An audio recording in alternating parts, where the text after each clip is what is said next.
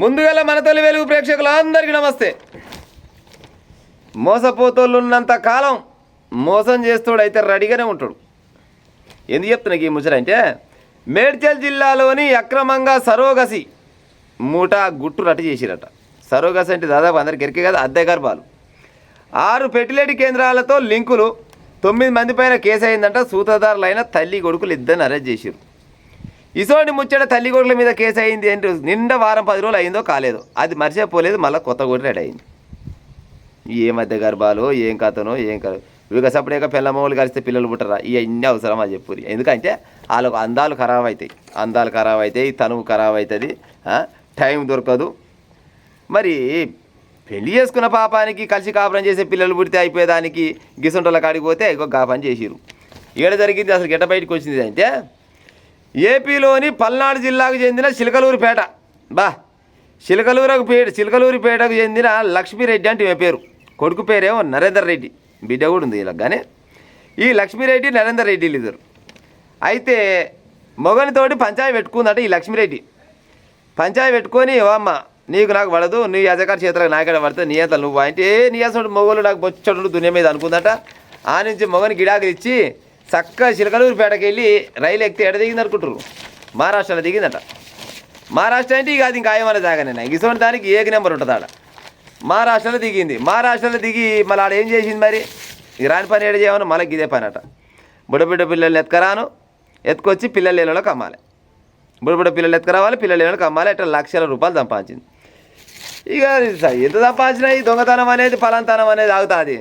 పోలీసులు పట్టుకొని జైలు వేసి ఏం సంగతి ఎక్కడలే కానీ స్టేషన్ కొనపోయి గిసోని కట్ట పట్టుకొని అడగగానే చెప్పిందట, ఏమి లేదు నా కష్టాన్ని చేత కాదు నాకు, కానీ నేను గిసోని పని చేస్తానంటే గిసోని పని చేస్తారు బయటగా ఉంటే లోపల ఉండాలని 5 ఏళ్ళు లోపల ఉంచారంట. 5 ఏళ్ళు లోపల ఉంచితే బొంబాయి జైలుకి వెళ్ళి చిన్న విడుదల అయినాక హైదరాబాదు మాకు మార్చింది. 5 ఏళ్ల క్రితం సుచిత్ర కూడలి సమీపంలో న్యూ మాణిక్య నగర్లో భవనం నిర్మించి అక్రమాలకు అడ్డాగా మార్చుకుంది. ఏపీ, కర్ణాటక, మహారాష్ట్ర, తెలంగాణలో ఏజెంట్లను ఏర్పాటు చేసుకుంది. మరి ఏజెంట్లు కంపల్సరీ కావాలి, మరి ఏజెంట్ లేకుంటే అవుతుంది పనిపాటు తప్పిన వాళ్ళు మస్తు దొరుకుతారు ఏజెంట్లు. జేఎన్టీయూలో కెమికల్ ఇంజనీరింగ్ పూర్తి చేసిన కుమారుడు నరేందర్ రెడ్డి ప్రధాన ఏజెంట్గా మారిండట. కుమార్తె బెంగళూరులో సాఫ్ట్వేర్ ఉద్యోగం చేసి ఇటీవలే ఇక్కడికి వచ్చింది. ఈ సాఫ్ట్వేర్ నాశనం కానీ, సాఫ్ట్వేర్ లేదు, హార్డ్వేర్ లేదు, ఎక్కడ పాడని చెప్పు. ఏ సాఫ్ట్వేర్ చేసినా 1,00,000 రూపాయలు 1,50,000 ఇస్తారు. ఒక పొరగా నమ్ముకుంటే పైన బొచ్చడి పాయలు వచ్చి ఇంకా మళ్ళీ బిడ్డ ఆడ పని చేస్తా, అది ఆ నుంచి ఇచ్చింది హామీ ఇక్కడ వచ్చేసింది.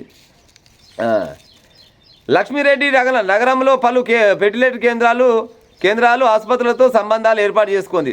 ఏజెంట్ల ద్వారా పేద కుటుంబాల్లోని మహిళలకు డబ్బు ఆశ చూపించి అండాలు సరోగసి కోసం వీరు ఒప్పందం చేసుకొని కుదుర్చుకునేవారు. అండం సేకరించి మహిళలకేమో వేలల్లో ఇచ్చి ఆమె మాత్రం లక్షలలో తీసుకునేదట. పిల్లలు లేని దంపతుల దగ్గర 10 నుంచి 20 లక్షల రూపాయలు వసూలు చేసేది. ఆ అండం ఇచ్చిన వాళ్ళకేమో 5,000, 10,000, 20,000, 30,000 అంతే. కానీ పిల్లలు ఎవరికైనా పుట్టినని ఇస్తారు కల్లా 10 నుంచి 20 లక్షల రూపాయలు వసూలు చేశారంట. మహిళలకు కేవలం 4-5 లక్షలు మాత్రమే ఇచ్చేవారు. ఆమె ఇంటికి నిత్యం మహిళలు వచ్చిపోతుంటే అనుమానించిన స్థానికులు సమాచారం ఇచ్చారు. మరి ఊకే ఆడవాళ్ళు ఇటు చుట్టూ తిరుగుతారు అనుకో, జనాలకు అనుమానం రాదా? అరే ఒక్క మగ పురుగు వస్తలేదు, మొత్తం ఆడవాళ్ళు వస్తారు, ఏం పని కావచ్చు అనుకొని అమలకలు ఆడి అనుకొని చిన్నగా పోయి పోలీస్ స్టేషన్లో కేసు పెట్టిరట.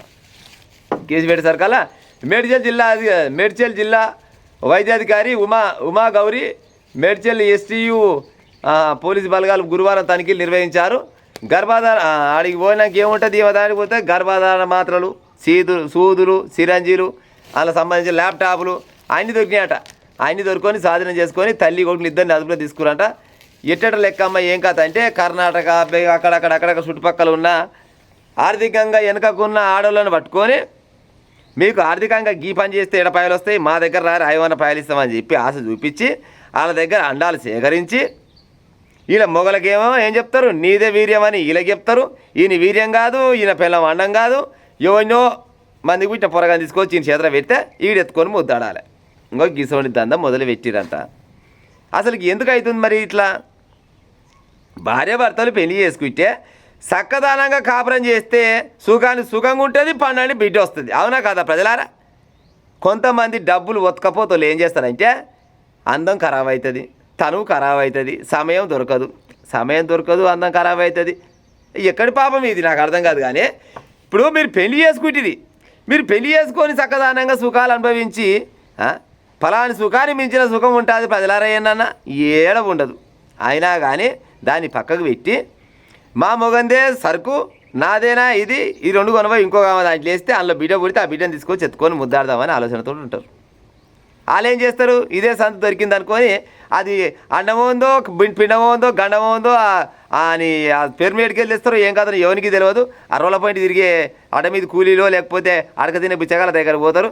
గింత మా అమ్మగారికి ఇంత పోయిరంటే ఆడింత పోయాగానే తీసుకొచ్చి ఇంకో దానికి ఎక్కిస్తే పిల్లలు పుట్టగానే తీసుకొచ్చి పుట్టిరు అనగానే ఎంత కొంత అంటే 10 నుంచి 20 నుంచి 30 నుంచి 40 లక్షలు పెట్టి కొని తీసుకొని పోయి ఇంట్లో దాదుకుంటున్నారంట. ఇంకో గిసోంటి ముచ్చట్లు వస్తున్నాయి. ఇకనన్నా మారూరు జర మా అమ్మగాని గిసోంటి ఐదో కాలంలో నమ్మకూరి మొన్ననే కదా సికింద్రాబాద్లో జరిగింది ఈ ముచ్చట. సికింద్రాబాద్లో జరిగి అయిందో లేదో అది ఆ కేసు ఎక్కడక్కడ కానే కాలేదు. అప్పుడు మళ్ళీ కొత్త ఒకటి అయింది. నీకు గిసోంటి ఇంకెన్నో ఉన్నాయట. 9 మంది అరెస్ట్ చేసిరు. తల్లి కొడుకులని ఇద్దరిని కొనవై లోపడేసిరంట. ఇంకో గిట్టు ముచ్చట వచ్చింది ప్రజలు జర అమ్మగాని ఈ సరోగసి మళ్ళీ పోతే ఈ అద్దె గర్భాలు ఈ అన్నీ ఏమక్కరకు ఈ అద్దె గర్భాలు పాడైపోను. చక్కదానం కాపురం చేస్తే ఎంత ఆనందంగా ఉంటుంది ప్రజలారు, అవునా కాదా? గా ఆనందాన్ని పొంది ఒక పిల్లలు అంతే 12 బిడ్డో కొడుకో పుడితే చక్కదానంగా ఎత్తుకొని ముద్దాడచ్చు.